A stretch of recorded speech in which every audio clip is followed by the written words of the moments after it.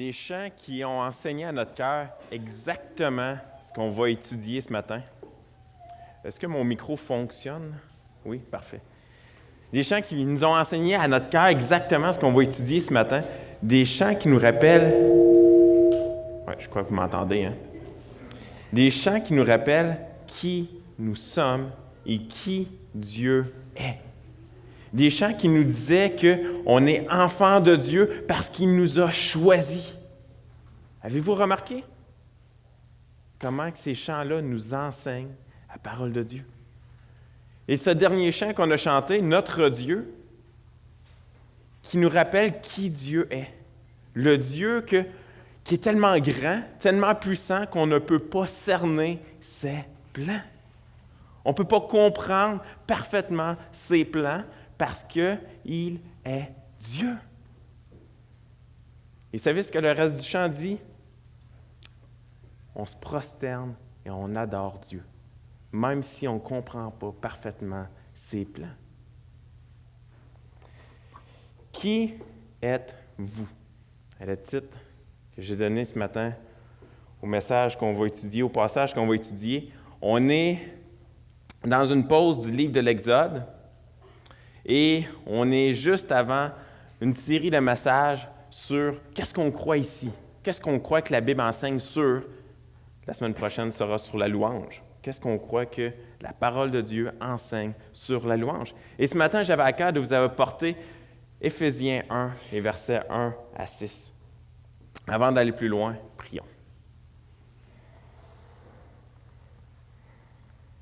Père du ciel, on vient devant toi ce matin parce qu'on est reconnaissant. On est reconnaissant pour toutes ces merveilles que tu as opérées en nous. Cette grâce, cette patience que tu nous as témoignée. Il y a quelques années ou quelques mois, ou même peut-être quelques jours, on ne te connaissait pas. On vivait notre vie comme si on était les maîtres de notre destin. On veut ce matin être reconnaissant parce qu'un jour, tu t'es fait connaître à nous. On n'avait aucunement ce désir de te chercher. On désirait les choses de ce monde. Puis tu as cru, bon Seigneur, dans ton amour, dans ta volonté qui surpasse toute chose, toute intelligence, de nous choisir, de nous adopter pour être tes enfants. Et Père, malgré ça, il nous arrive d'oublier qui nous sommes. On retombe dans nos manières d'autrefois. Et Seigneur, ce matin, on veut te demander pardon. On veut te demander de nous restaurer. Ta parole nous dit que tu es un Dieu miséricordieux, un Dieu compatissant, un Dieu lent à la colère, un Dieu qui est riche en bonté et en fidélité, un Dieu qui conserve son amour jusqu'à mes générations et qui pardonne l'iniquité. Et Seigneur, rappelle-nous ce matin les vérités de ta parole et qu'on puisse quitter ici les cœurs rassurés de ton amour et fortifiés devant ta grandeur. Et s'il y a des gens qui ne te connaissent pas ce matin, fais-toi connaître à eux ce matin. C'est dans ton grand nom qu'on te prie. Amen.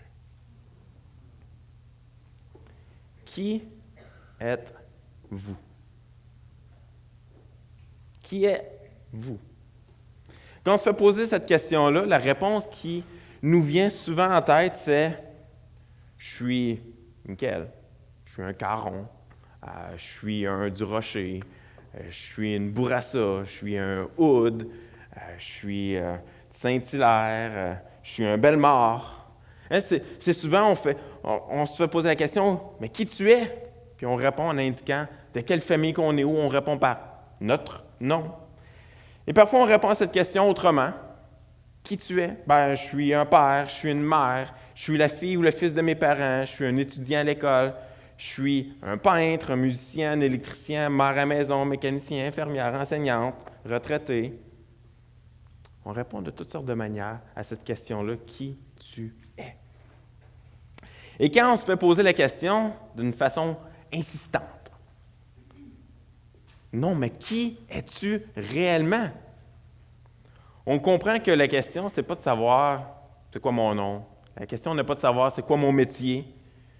Et peut-être vous vous dites, OK, là, il veut vraiment savoir qui je suis. Puis là, je commence à réfléchir sur qui je suis. Je commence à réfléchir à qu'est-ce que j'ai fait dernièrement. Puis on se dit, je suis celui qui a crié après mes enfants dans l'auto en m'en venant à l'église ce matin. Je suis celui qui s'est chicané hier avec mon mari ou avec ma femme, puis je n'ai pas demandé pardon. Je suis celui qui a menti ce matin lorsqu'on m'a dit « Qu'est-ce que tu as fait hier? » parce que j'avais trop honte de dire aux autres ce que j'avais fait hier. Finalement, avec toutes ces réflexions, on n'en vient qu'à croire qu'on est peut-être un mauvais père, une mauvaise mère, une mauvaise épouse, un hypocrite, un menteur, et que je ne mérite pas la faveur de Dieu. Parfois, c'est ce qu'on croit lorsqu'on se fait poser qui nous sommes.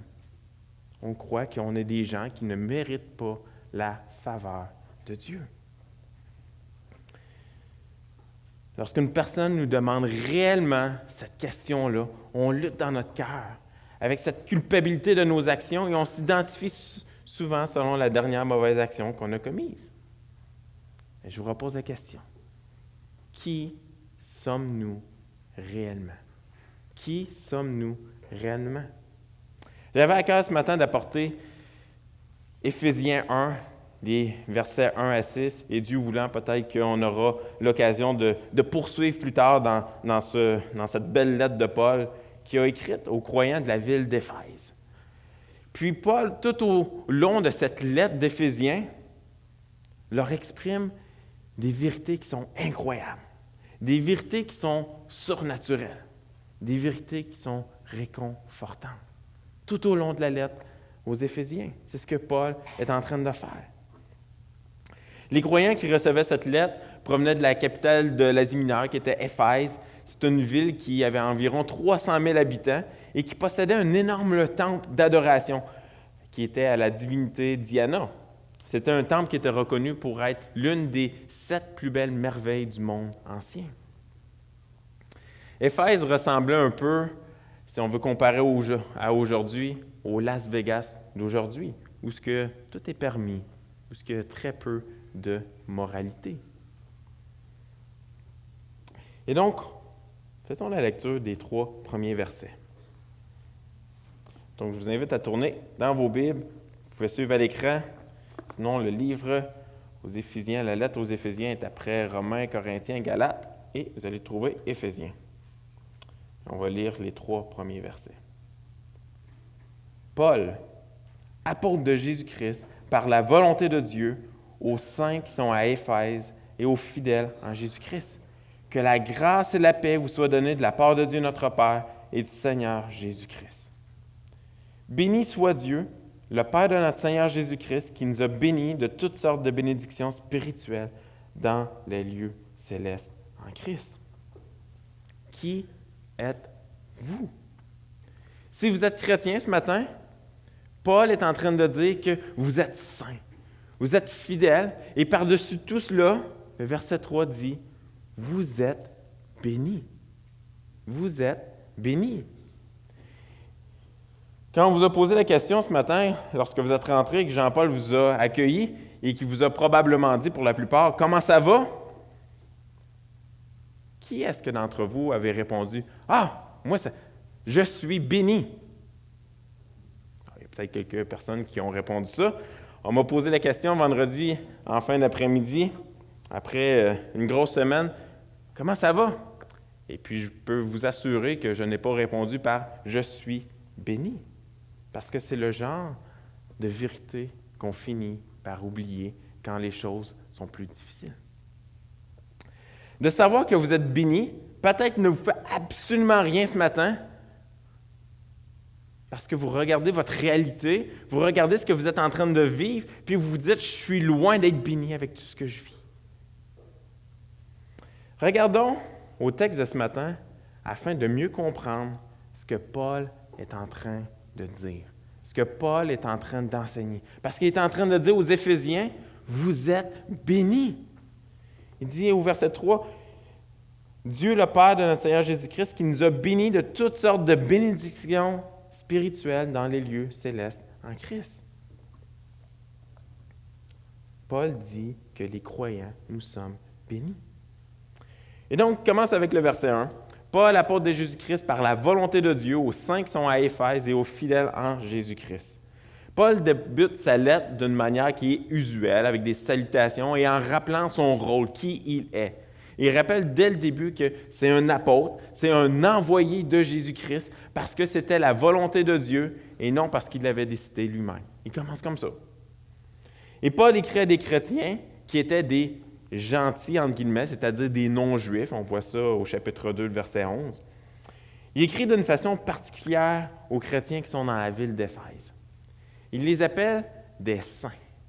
Il les appelle des fidèles. Dans la Bible, quand les croyants sont appelés des saints, ça n'a pas toujours la signification qu'on a aujourd'hui qui signifie sans défaut. Ce que Paul veut dire en les appelant saints, c'est-à-dire à vous qui avez été mis à part. À vous qui avez été mis à part. Il leur rappelle qui ils sont réellement. Ils sont des mis à part. Ils ont été mis à part par Dieu. En d'autres mots, Paul ici veut faire ressortir qu'ils ont été mis à part pour une œuvre particulière et que ces croyants-là persévèrent en étant fidèles dans cette œuvre. Verset 2. Que la grâce et la paix vous soient données de la part de Dieu, notre Père et du Seigneur Jésus-Christ. La salutation est très ordinaire quand on en fait la lecture rapide. Et si on fait une traduction un peu plus littérale de ce verset 2, on pourrait lire que Paul est en train de dire « J'ai l'espoir que la grâce et la paix vous soient données de la part de Dieu.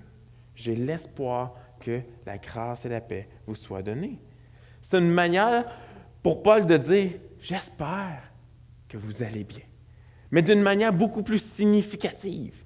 Ce que Paul mentionne dans ce verset seul est que c'est Dieu qui donne la grâce et la paix et qu'il a l'espoir qu'elle aura été rendue disponible.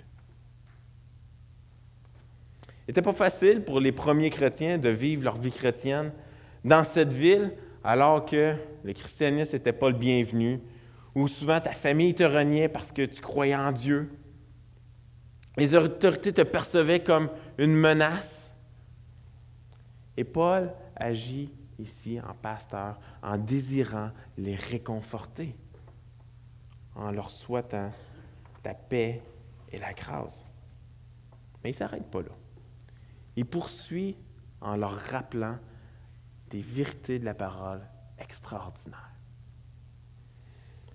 Il introduit ça avec le verset 3 en disant « Béni soit Dieu, le Père de notre Seigneur Jésus-Christ, qui nous a bénis de toutes sortes de bénédictions spirituelles dans les lieux célestes en Christ. » Paul est en train d'orienter leur regard vers les bénédictions qu'ils ont héritées de la part de Dieu.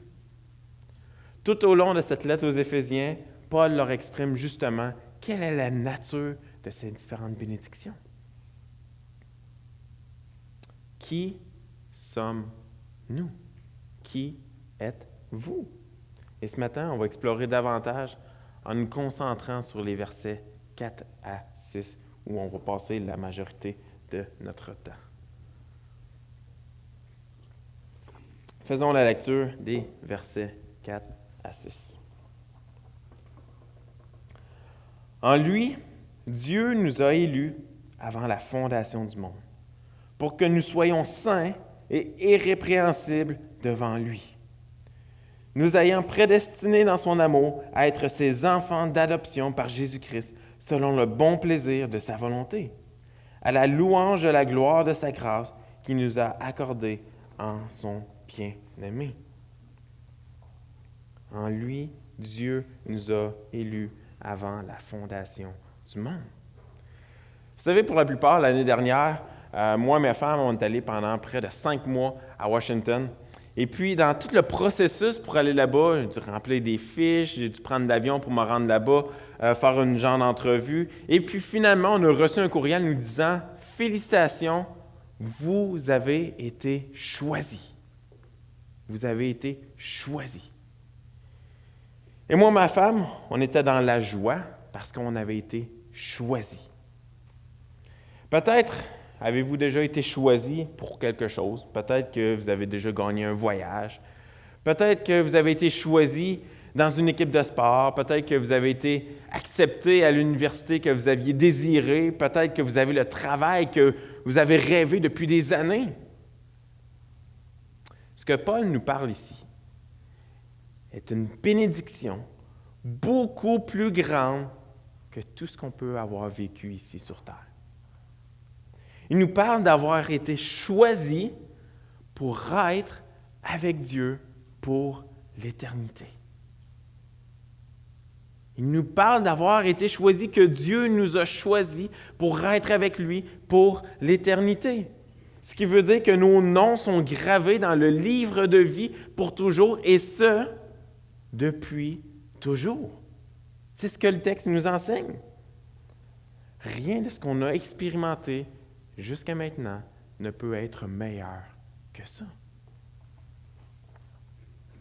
Dieu qui se fait homme, Jésus, qui a pris la forme d'un homme, Jésus, afin de vivre parmi nous, alors qu'on était perdus, et pas seulement qu'on était perdus, mais qu'on était morts dans nos péchés.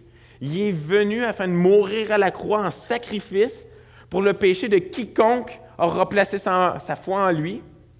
Et celui qui aura placé sa foi en lui, c'est parce que Dieu, il l'a tellement aimé qu'il l'avait prédestiné à cela.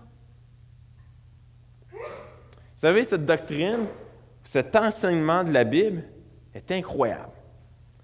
Mais vous savez, elle est également une source de plusieurs discussions parmi les chrétiens dans le monde entier. Vous savez, j'avais à cœur la lettre aux Éphésiens pour ce matin. Et puis, pas nécessairement que j'avais le désir de commencer avec les 6 premiers versets, mais je me suis dit, bon, si une fois de temps en temps, on va dans le livre aux Éphésiens, j'ai pas le choix de commencer par le début. Et vous savez, la tentation humaine est souvent de se dire, « Ah, le texte il est difficile, il apporte beaucoup de confusion, ça peut apporter des discussions, mais on va passer par-dessus. » Ça, c'est la tentation humaine. Et finalement, je me suis dit, non, je ne céderai pas à la tentation humaine de passer par-dessus un texte parce qu'il est difficile, mais on va aller voir qu'est-ce que la Bible nous enseigne, qu'est-ce que Dieu veut nous enseigner au travers de cela. Vous est-il déjà arrivé qu'on vous explique quelque chose et que vous n'avez absolument rien compris? Moi, ça m'arrive souvent. Ça m'arrive très souvent quand on essaie de m'apprendre un jeu de société. Je ne comprends aucun jeu de société. Mis à part Pige dans le lac, au jeu de cartes. C'est le seul jeu que je comprends. Sinon, je fais semblant de comprendre, puis je fais des points, puis j'espère gagner, mais je gagne rarement parce que je ne comprends pas les règles. Ça ne rentre pas dans mon cerveau. Mais bon, il y a des choses que je ne comprends pas. Il y a certainement des choses que vous ne comprenez pas non plus. Mais est-ce que ça vous est arrivé quelque chose de plus grand qu'un jeu de société que vous n'avez pas compris, que vous ne compreniez pas, par exemple, pourquoi que vous viviez telle affaire? Ou quelqu'un vous explique quelque chose et puis vous n'avez tout simplement pas compris, puis que la personne finalement vous dise « Ah, fais-moi juste confiance. Fais-moi juste confiance. » Et puis vous savez, les probabilités sont que parfois, quand on fait juste confiance, bien parfois ça va mal virer. Et à d'autres moments, la personne avait réellement raison de nous dire « Fais-moi juste confiance. » Et vous savez, quand la personne nous dit cela, il y a un pas de foi qui est nécessaire de notre part. Dans cette section, Paul nous parle de vérité qui demande qu'on se dise à soi-même « Je ne peux pas parfaitement comprendre. Avec ma logique humaine, je ne peux pas parfaitement comprendre ce que Paul est en train d'enseigner ici. Mais par la foi, je fais confiance à ce que la Bible, la parole de Dieu, dit. »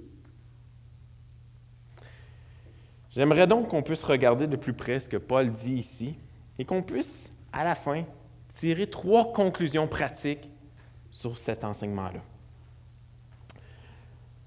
Retournons dans le verset 4 et 5. « En lui, Dieu nous a élus avant la fondation du monde, pour que nous soyons saints et irrépréhensibles devant lui, nous ayant prédestinés dans son amour à être ses enfants d'adoption par Jésus-Christ. Quelle merveilleuse nouvelle! Dieu nous a littéralement appelés parmi les autres. C'est ce que ça signifie d'être élu, ça signifie d'être appelé parmi les autres, afin que nous puissions nous présenter un jour devant lui en ayant été rendus sans défaut et au-dessus de tout reproche, pour que nous soyons saints et irrépréhensibles. C'est ce que Paul dit.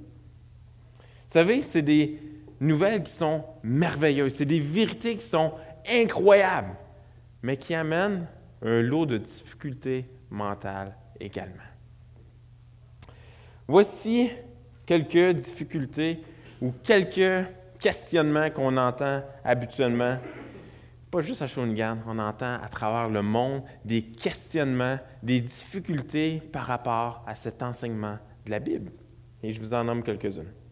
Si Dieu nous a appelés parmi les autres pour le salut, avant même que le monde soit en existence, qu'arrive-t-il aux autres passages de la Bible qui enseignent que je suis responsable de mes propres mauvais choix?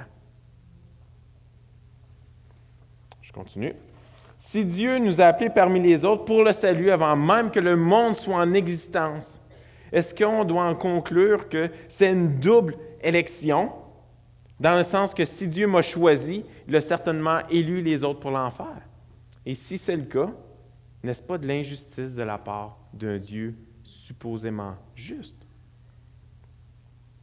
Si Dieu nous a appelés parmi les autres pour le salut, avant même que le monde soit en existence, il n'y a donc aucune raison de prêcher l'Évangile, il n'y a aucune raison d'aller au Festival de Saint-Tite, comme il y en a présentement, pour faire de l'évangélisation. On ne changera rien.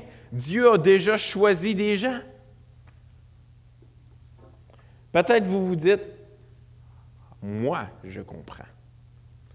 Si Dieu nous a appelés parmi les autres pour le salut avant même que le monde soit en existence, c'est seulement parce que Dieu savait que nous allions l'accepter plus tard. Mais de croire cela nous ramène à croire au salut par mérite ou par les œuvres. Je suis sauvé parce que j'ai été assez wise d'accepter le Sauveur dans ma vie. Et donc, il y a différentes difficultés qui entourent cet enseignement-là. Et vous savez pourquoi que c'est des difficultés? Parce qu'on n'a pas réponse à toutes ces difficultés-là. Et c'est ce qu'on va regarder ici. On va commencer par, il y a plusieurs versets qui viennent appuyer cette doctrine ou cet enseignement de l'élection dans la Bible. Regardons à quelques passages. Acte 13, 48 dit « Les païens se réjouissaient en entendant cela. Ils glorifiaient la parole du Seigneur et tous ceux qui étaient destinés à la vie éternelle crurent. » Tous ceux qui étaient destinés à la vie éternelle crurent. Romains 8, 28 à 30 nous dit « Nous savons du reste que toute chose concourt au bien de ceux qui aiment Dieu, de ceux qui sont appelés selon son dessein. Car ceux qu'il a connus d'avance, il les a aussi prédestinés à être semblables à l'image de son Fils, afin que son Fils fût le premier-né entre plusieurs frères. Et ceux qu'il a prédestinés, il les a aussi appelés, et ceux qu'il a appelés, il les a aussi justifiés, et ceux qu'il a justifiés, il les a aussi glorifiés. » Romains 9, 11 à 16, qui dit « Car, quoique les enfants ne fussent pas encore nés, ils ne se fait ni bien ni mal, afin que le dessein d'élection de Dieu subsistât, sans dépendre des œuvres, et par la seule volonté de celui qui l'appelle. Il dit à Rebecca, l'aîné sera assujetti au plus jeune, selon qu'il est écrit, « J'ai aimé Jacob et j'ai haï Ésaü. » Et puis là, que dirons-nous donc? Y a-t-il en Dieu de l'injustice? Et Paul dit, loin de là. Car il dit à Moïse, je ferai miséricorde à qui je fais miséricorde, et j'aurai compassion de qui j'ai compassion. Ainsi donc, cela ne dépend ni de celui qui veut, ni de celui qui court, mais de Dieu qui fait miséricorde. Et vous savez, il y a d'autres passages qui viennent enseigner sur la responsabilité de l'homme de répondre à un appel de Dieu pour le salut, qu'on est responsable de nos propres choix. Je ne prendrai pas le temps ce matin de les lire. Ce n'est pas un débat que je suis en train de faire. Et puis, ce n'est pas parce que les passages ne seront pas importants, c'est seulement parce qu'on est limité dans le temps. Et donc, pour ceux qui désirent avoir certains passages qui nous parlent de cette responsabilité de l'homme, je vous l'ai dit, ceux qui veulent les noter sont écrits à l'écran également. Jean 3,16, Matthieu 11, 28 et 2 Pierre 3, 9. Ou ne sont peut-être pas écrits à l'écran comme on me fait signe présentement. Mais, donc, ceci dit, que faire face à cette doctrine, face à cet enseignement de la Bible qui clairement semble être là? Et que faire avec ça et toutes ces difficultés? Qu'est-ce que ça nous apporte à nous? Vous savez, dans les écrits de Jean Calvin, qui était un réformateur des années 1500, dans un de ses livres qui est les Instituts, il qualifie la doctrine ou l'enseignement de la Bible sur l'élection comme étant une doctrine horrible. Et je vous ai écrit à l'écran, l'élection est une doctrine horrible, mais c'est néanmoins ce que l'Écriture enseigne sans équivoque. D'un point de vue humain, comme Jean Calvin le dit, l'élection semble être une doctrine horrible, mais c'est néanmoins ce que l'Écriture enseigne. Et plus loin dans son livre, Calvin poursuit en disant « La volonté de Dieu est la règle suprême de la justice. De sorte que tout ce qu'il veut doit être considéré comme juste par le simple fait qu'il le veut. C'est pourquoi, lorsqu'on nous demande pourquoi le Seigneur fait cela, nous devons répondre parce qu'il l'a voulu. Mais si vous allez plus loin pour demander pourquoi il l'a voulu, vous demandez quelque chose de plus grand et de plus sublime que la volonté de Dieu. Et rien de tel ne peut être trouvé. Rien de tel ne peut être trouvé. Permettez-moi une illustration ici qui m'aide moi-même à faire un certain sens de tout ça. Faites un contraste entre les capacités mentales d'un chien et celui d'un être humain. Jusqu'à maintenant, ça va? Un chien, un être humain. Un chien est limité à des parcelles d'informations qu'il est capable de gérer, capable de comprendre. L'être humain est également limité à des bouts d'informations qu'il est capable de gérer, capable de comprendre, mais beaucoup plus que le chien. Et le surplus d'informations que l'être humain est capable d'absorber, il est capable de les emmagasiner dans sa mémoire. Et malgré cela, il y a un chevauchement entre ce que le chien est capable et ce que l'être humain est capable. Par exemple, le chien est capable de s'identifier à son maître qui est en train de manger à table parce que lui-même est capable de cette action-là. C'est moi vous dire que c'est vrai. Un chien est capable de comprendre lorsqu'on est en train de manger. Ceux qui ont des chiens, vous comprenez ce que je dis. Le chien peut être entraîné pour guider une personne aveugle, diriger des troupeaux, ramener des perdrix, des canards. Il y a toutes ces habiletés-là qui lui permettent de s'identifier au monde de son maître. Parce que l'être humain est capable de faire ces mêmes actions-là que le chien est capable de faire. Et donc, le chien est capable de s'identifier à ces actions-là. Toutefois, le chien ne peut pas s'identifier au maître quand le maître est en train de lire un livre ou en train de conduire sa voiture. Parce que ça dépasse l'entendement du chien. Le chien ne peut pas comprendre ce que le maître est en train de faire. Quand un être humain fait quelque chose au-delà de la compréhension d'un chien, l'action demeure un mystère pour le chien, étant donné qu'il n'y a tout simplement pas de catégorie mentale pour s'identifier à l'action que le maître est en train de faire. On peut apprendre un chien à aller chercher le journal sur le bord de la porte, mais c'est totalement différent que de lui apprendre à lire le journal. Et frères et sœurs, on est des créatures de Dieu. Il est celui qui nous a créés. Ce n'est pas parce que deux choses semblent contradictoires qu'elles le sont nécessairement. Dans la Bible, parfois, il y a semblant de contradiction. On appelle des contradictions apparentes entre deux principes qui sont totalement valides. D'un côté, on a un Dieu souverain qui a élu des êtres humains pour le salut. D'un autre côté, on a l'homme qui est complètement responsable de ses actions. Et finalement, Dieu ne cesse pas d'être parfaitement juste au travers de tout ça.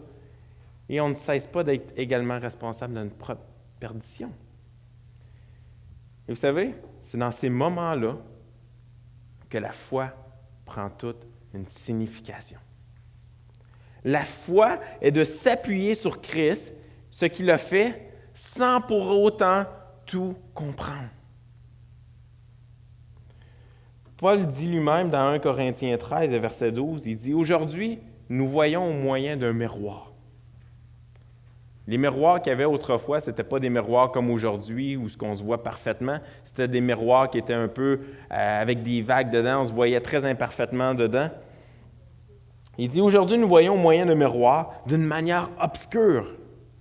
Mais alors, nous verrons face à face. Aujourd'hui, je connais en partie, mais alors, je connaîtrai comme j'ai été connu. Paul est en train de dire ici, présentement sur terre, je vois d'une manière obscure, je connais juste en partie certaines affaires, mais un jour, je vais connaître comme j'ai été connu. Un jour, je vais comprendre. Les croyants du temps de Paul avaient les mêmes questionnements. C'était les mêmes paradoxes que nous aujourd'hui.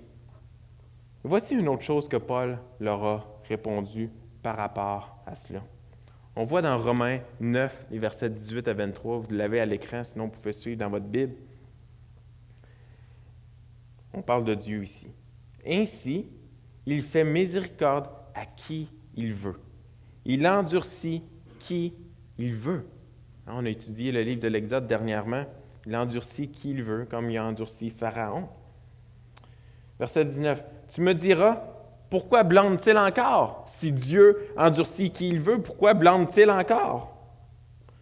Car qui est-ce qui résiste à sa volonté? Si Dieu m'endurcit, comment est-ce que je peux résister à ça? Le verset 20, Paul dit, ô homme, qui nous rappelle qu'on est des êtres humains. Toi plutôt, qui es-tu pour contester avec Dieu? Le vase d'argile dira-t-il à celui qui l'a formé, « Pourquoi tu m'as fait ainsi? » Le potier n'est-il pas le maître de l'argile pour faire avec le même vase un vase d'honneur et un vase d'un usage vil? Et que dire si Dieu, voulant montrer sa colère et faire connaître sa puissance, a supporté avec une grande patience des vases de colère formés pour la perdition? Et s'il a voulu faire connaître la richesse de sa gloire envers des vases de miséricorde qu'il a d'avance préparés pour la gloire. Ô homme, toi plutôt, qui es-tu pour contester avec Dieu? Vous vous rappelez que j'ai dit au début que Paul avait comme intention de vouloir enseigner les Éphésiens, de vouloir les réconforter? Comme première conclusion pratique, de savoir que Dieu a choisi d'avance ceux qui ont foi en lui ou qui l'auront un jour, devrait être une source de réconfort. Ça dit au verset 5, « Nous ayant prédestinés dans son amour à être ses enfants d'adoption par Jésus-Christ, selon le bon plaisir de sa volonté. » N'est-ce pas réconfortant de savoir que ça ne dépend pas de tes actions? Ça ne dépend pas de toi. Il n'y a rien que tu peux avoir fait qui empêche Dieu de te choisir. Il n'y a aucun péché que tu peux avoir fait qui empêche Dieu de te choisir. Il n'y a rien que tu peux faire qui favorise le choix de Dieu. Pourquoi? Parce que Dieu t'a choisi par amour. Ton nom est gravé pour toujours parce que c'était la volonté de Dieu que ce soit ainsi. La Bible dit que nous sommes morts au péché, qu'on doit naître de nouveau pour être sauvés. Si Dieu n'avait pas destiné certains au salut, personne n'aurait pu être sauvé. Parce qu'en étant mort, on ne désire plus rien. Quand on est mort, on ne désire pas Dieu. On ne peut pas se donner la vie à soi-même. On est mort. Ça nous prend Dieu pour venir nous donner la vie. Ça nous prend Dieu pour venir nous chercher. Et quel réconfort de savoir que Dieu ne nous a pas laissés mourir. Que Dieu nous a choisis par amour pour nous. Qui sommes-nous? On est des enfants adoptés de Dieu, choisis par amour parce qu'il le désirait. Deuxièmement, Dieu a choisi de nous marquer à l'avance. Donc, Dieu a choisi de nous prédestiner et de nous appeler parmi d'autres, de nous élire pour des raisons qui dépassent complètement notre entendement. Le texte nous dit que la raison ultime à tout cela est pour la louange de sa propre gloire. Pour la louange de sa propre gloire. Le verset 6 dit « À la louange de la gloire de sa grâce qu'il nous a accordée en son bien-aimé ».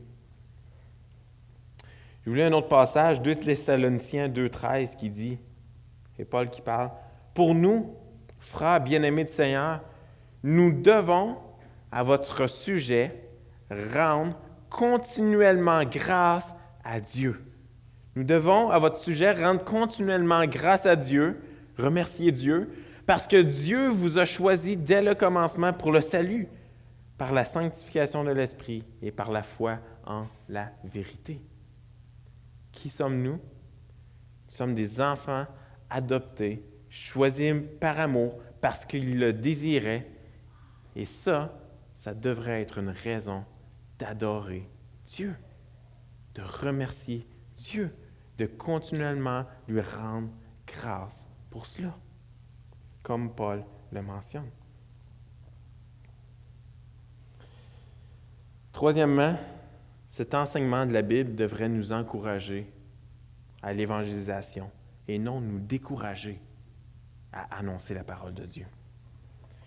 Bien que ça semble être un appel à la paresse que de savoir que Dieu a choisi d'avance ceux qui lui appartiennent, la Bible nous commande d'aller auprès de toutes les nations pour prêcher le message de l'Évangile. Et souvent, on se dit, « Ah ben si Dieu m'a choisi, je n'ai pas besoin d'aller annoncer l'Évangile. Dieu a déjà choisi des gens. Qu'est-ce que ça va changer que j'aille annoncer le message de l'Évangile? Ça ne changera rien. Dieu les a déjà prédestinés. Dieu les a déjà élus. » La doctrine de l'élection est une garantie qu'il va y avoir du succès dans l'évangélisation. La doctrine de l'élection est une garantie qu'il va y avoir du succès dans l'évangélisation, qu'il y a réellement des gens qui viendront à la connaissance de Christ alors qu'on est en train d'annoncer ce message de l'Évangile. Ça ne devrait pas nous encourager à la paresse, ça devrait plutôt nous encourager au zèle d'aller annoncer la parole de Dieu, parce qu'on est certain que si Dieu a choisi des gens et que ces gens vont se convertir à entendre la parole de Dieu, on est certain qu'il va y avoir des fruits. Pourquoi devrions-nous être encouragés par l'évangélisation? Parce que on est des enfants adoptés, choisis par amour parce qu'il le désirait, et ça devrait nous remplir de joie et d'encouragement qu'il veuille nous utiliser pour annoncer ce message aux autres et que ça va produire des fruits. On est assuré que l'évangélisation va produire des fruits. On voit un exemple ici de Paul, encore une fois, dans Actes 18, et versets 9 à 11. Le Seigneur dit à Paul en vision pendant la nuit, « Ne crains point, mais parle. Ne te tais point, car je suis avec toi, et personne ne mettra la main sur toi pour te faire du mal. Parle, car j'ai un peuple nombreux dans cette ville. Parle, car j'ai un peuple nombreux dans cette ville. » Vous savez ce que Paul a fait? Paul savait que Dieu choisissait. Pourquoi il savait? Parce que c'est Paul qui a écrit la lettre aux Éphésiens. C'est Paul qui a écrit plus que la moitié du Nouveau Testament. C'est Paul qui enseigne sur cette doctrine de l'élection que Dieu a choisie. Et pourtant, Paul est un grand évangéliste. Paul se réjouissait de cet enseignement-là, même si elle apportait des dilemmes mentaux, même si ça apportait des difficultés. Ça n'a pas empêché Paul d'être rassuré, de se réjouir, d'être réconforté et de même prendre cet enseignement-là pour réconforter d'autres. Ce n'est pas parce que c'est un mystère qu'il ne peut pas se réconforter et se réjouir là-dedans. Et Paul savait que dans cette ville-là, dans Acte 18, qu'il y avait des gens qui avaient été choisis par Dieu. Et il savait que ces gens-là allaient répondre à cet appel-là au travers de la prédication de la parole de Dieu, au travers de l'Évangile qui allait être prêché. Vous savez ce que Paul a fait? Verset 11. « Il y demeura 1 an et 6 mois, enseignant parmi les Corinthiens la parole de Dieu. » Paul, il savait qu'il ne pouvait pas tout comprendre, mais il savait que Dieu lui demandait quelque chose et qu'il ne pouvait pas parfaitement comprendre, qu'il allait avoir des mystères, mais il savait que c'était la bonne chose à faire parce qu'il s'appuyait sur qui Dieu est et ce que Dieu a dit. Il demeurait 1 an et demi à enseigner la parole parce qu'il savait que Dieu allait produire des fruits. Qui sommes-nous? Nous sommes des enfants de Dieu, choisis d'avance par amour pour l'adoration de la gloire de Dieu. On est des enfants de Dieu, adoptés, choisis d'avance, à cause que Dieu nous aimait. Et tout ça pour l'adoration de sa propre gloire. C'est ce qu'on voit dans Éphésiens 1, les versets 1 à 6. Que Dieu puisse nous rappeler continuellement cette vérité, qui nous donne de vivre de la joie, de la reconnaissance, même si cette vérité nous demande de faire un pas de foi, même si elle nous demande de s'appuyer sur ce qu'il dit sans comprendre parfaitement. Soyez bénis, en espérant que malgré les difficultés de ce passage-là, malgré le fait que ça apporte plein de questions, que ça apporte plein de discussions, que ça puisse vous réjouir de savoir que Dieu a choisi, vous a choisi, malgré le fait qu'il savait que vous alliez faire des péchés, malgré qu'il savait que vous alliez être imparfait, il vous a choisi parce qu'il vous aimait. Amen.